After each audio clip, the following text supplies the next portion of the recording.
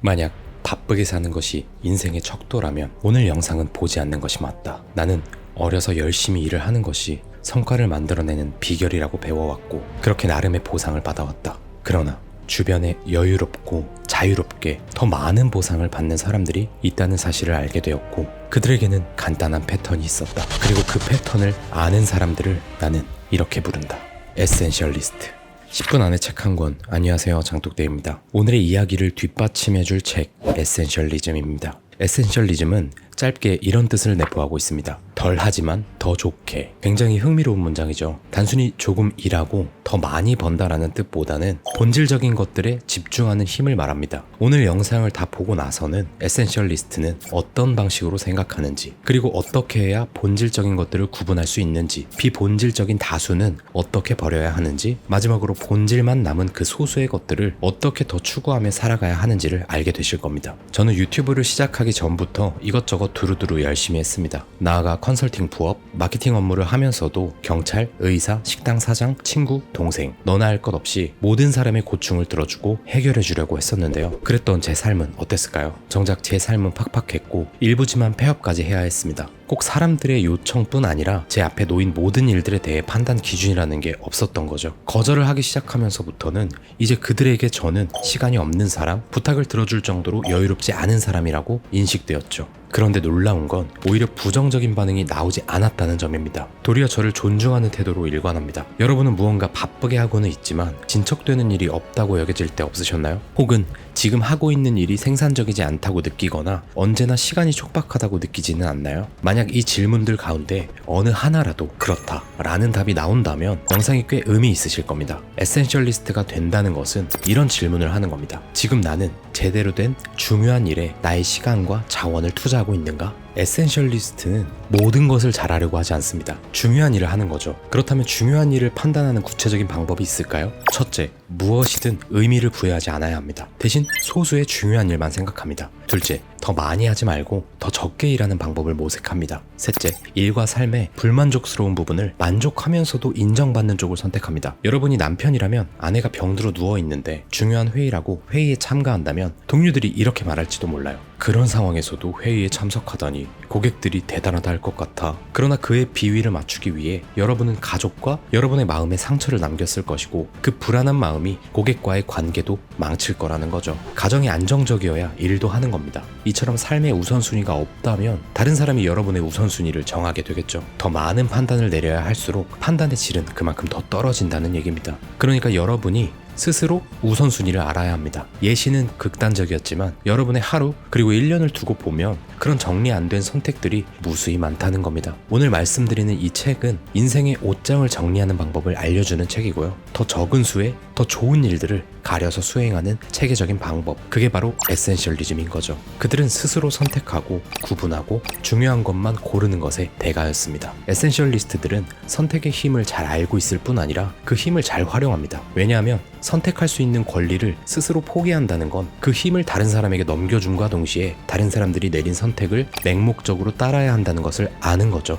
어렸을 적 아르바이트를 하면서 더 많이 벌고 싶어서 일을 했습니다. 전단지를 붙이다 보니 그 전단지를 의뢰한 배달 전문점에서 배송을 하고 싶어지더라고요. 더 괜찮아 보였습니다. 그러다 보니 배달 상품을 조리하는 주방이 좀 더 보수가 좋고 안정적인 것 같아서 주방에 들어갔고, 주방에 들어가서 일을 하다 보니 전문적인 요리를 배워보고 싶었죠. 그리고 그러면서 저 스스로에게 이런 질문을 합니다. 여기서 일을 하면서 내가 가장 값진 성과를 이루는 방법은 뭘까? 열심히 일하는 게 중요하긴 해도 노력의 증대가 언제나 성과의 증대로 이어지는 것 같지는 않았습니다. 저는 실제로 10대의 배달 전문점 인수 제안을 받았었는데요. 하지만 거절했죠. 제가 그 일을 받아서 보수는 고점을 찍겠지만 내가 생각하는 값진 성과라고 보이지는 않았거든요. 지금의 아내와 결혼하고 가정을 꾸리면서 제 자신을 가장 객관화하는 시기를 가졌는데요. 열심히는 하지만 실력은 없다 라는 것을 스스로 깨달았어요. 그 분야가 무엇이든 말이죠. 그래서 저는 어떤 일에 손을 대도 좀 덜 열심히 해도 더 좋게 만들고 싶어졌습니다. 그리고 비본질적인 것들을 버리면서 좀 더 명확해진 것이 하나 더 있습니다. 바로 수면입니다. 저는 하루에 4시간에서 5시간 정도 자도 충분합니다 라는 말을 매크로처럼 남발하며 살아왔는데요. 잠자는 시간은 비생산적인 시간이 아닙니다. 그 시간에 1시간이라도 더 뭘 해야지 라고 생각하는 것 자체가 비에센셜리즘에 특화된 공통점입니다. 제가 그랬었거든요. 하버드 비즈니스 리뷰에는 이런 수면 수면이 부족한 상태를 혈중 알코올 농도 0.1%에 해당하는 정도의 무기력함을 나타낸다고 발표한 바 있습니다. 술에 잔뜩 취한 사람에게 훌륭한 직원이라고 말하는 사람은 아마 없을 겁니다. 그러나 잠을 줄여가며 일을 하는 것을 칭송하는 회사도 있는데요. 그리고 또 직원 스스로가 야근을 내가 이 정도 기여하고 있다를 보여주는 일종의 퍼포먼스화하는 사람도 적지 않습니다. 바로 이런 사람들이 비에센셜리스트들이죠. 그러기 위해 우리는 본질적인 목표를 정해야 합니다. 그렇다면 그 목표는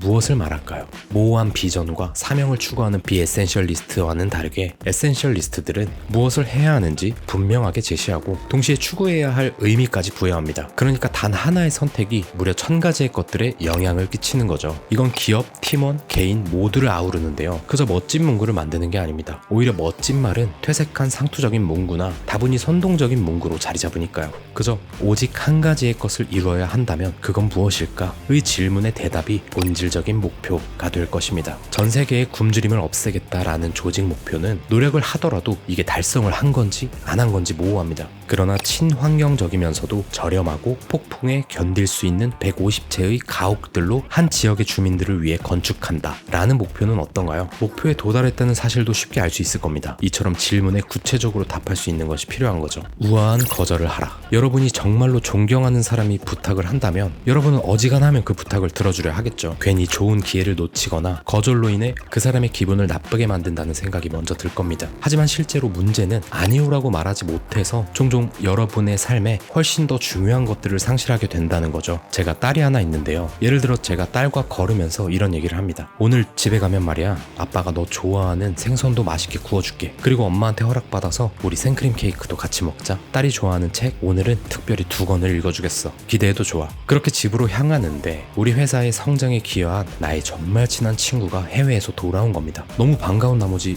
포옹도 하고 간만에 술도 하고 일 얘기도 하자며 하고 싶은 얘기도 많고 많은 선물을 준비했다 라고 말했습니다. 그때 제가 이렇게 얘기하는 겁니다. 3년 만에 보니까 더 반갑다. 술도 너무 좋을 것 같고 선물도 기대돼. 그 말에 딸의 힘이 푹 빠집니다. 딸은 나와의 행복한 시간이 물 건너가서 슬픈 것도 있지만 술을 먹는 제가 무척 싫을 테니까요. 그때 이렇게 말하는 거죠. 하지만 오늘은 어렵겠어. 딸하고 특별한 데이트를 준비했거든. 그렇지 딸. 이렇게 딸에게 윙크를 하고 정중하게 거절한다면 그 친구는 아쉽긴 해도 함께 아빠 미소를 짓고 있을 겁니다. 그 단 한 번의 반가움을 거절함으로써 저를 보는 딸에 대한 기억이 영원히 남게 되겠죠. 너무 반갑거나 혹은 너무 두려워서 예라고 말하는 것은 오히려 확실한 아니오보다 더 힘든 삶을 살게 됩니다. 정중하게 거부하는 방법은 이렇습니다. 판단과 인간관계를 분리한다. 직설적으로 싫다라고 표현할 필요는 없다. 선택에 따르는 기회비용을 생각해야 한다. 인기를 잃어도 존중을 얻는 상황에 익숙해져야 한다. 그리고 마지막 5번째는 모든 사람은 우리에게 뭔가 팔려고 한다는 점을 기억해야 합니다. 장독대의 슬로건과 아주 맞닿아 있는 부분인데요. 인간 관계에 대해 너무 냉소적일 필요는 없지만 그들이 우리에게 뭘 팔려고 하는지 생각해 보자는 거죠. 그것은 비단 상품이 아니라 의견, 관점, 아이디어들일 테고 그 대신에 우리의 시간을 가져가는 겁니다. 그것을 사느냐 마느냐 판단하는 거죠. 여러분도 지금 에센셜리스트가 되기 위해 저에게 시간을 쓰고 있잖아요. 저는 여러분의 시간을 사고 있는 것일 테고요. 이 시간을 더 무의미한 재미 요소와 향락으로 파는 사람들도 분명히 있을 테고요. 제가 우아한 거절을 하기 시작하면서 가장 좋은 건 친한 사람들에게 우아하지 않게 거절도 잘 하게 된다는 겁니다. 독대야 내일 술 한잔 할까?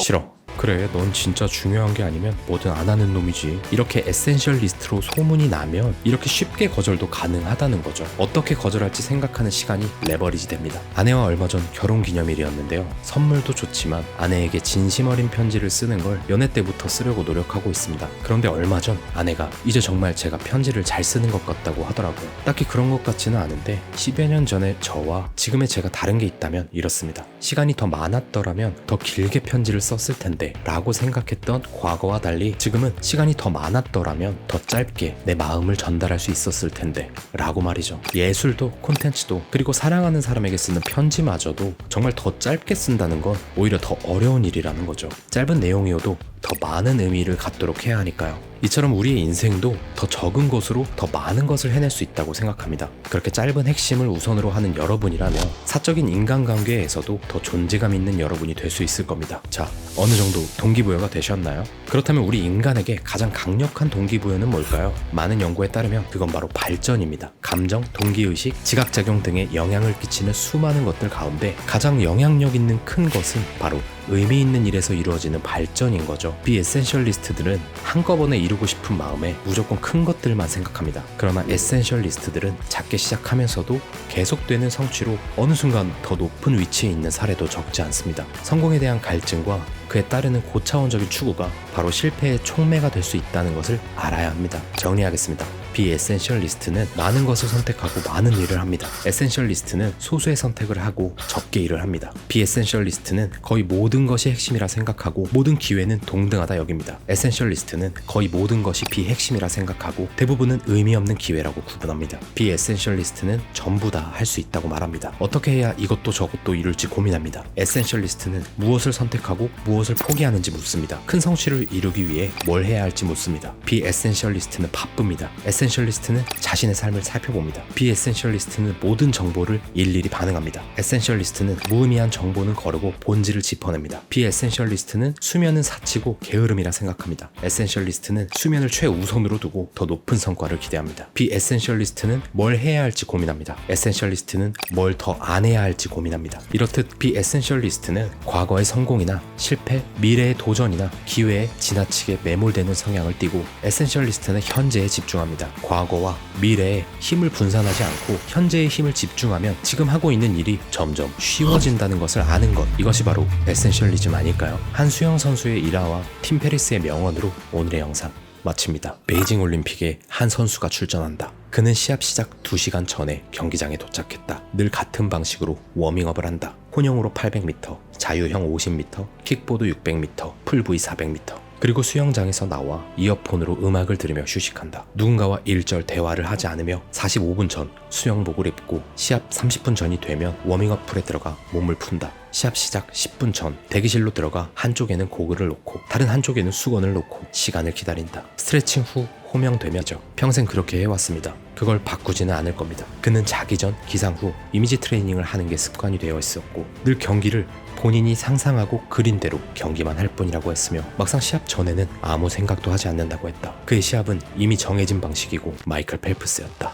당신이 하지 않는 일이 당신이 할 수 있는 일을 결정한다.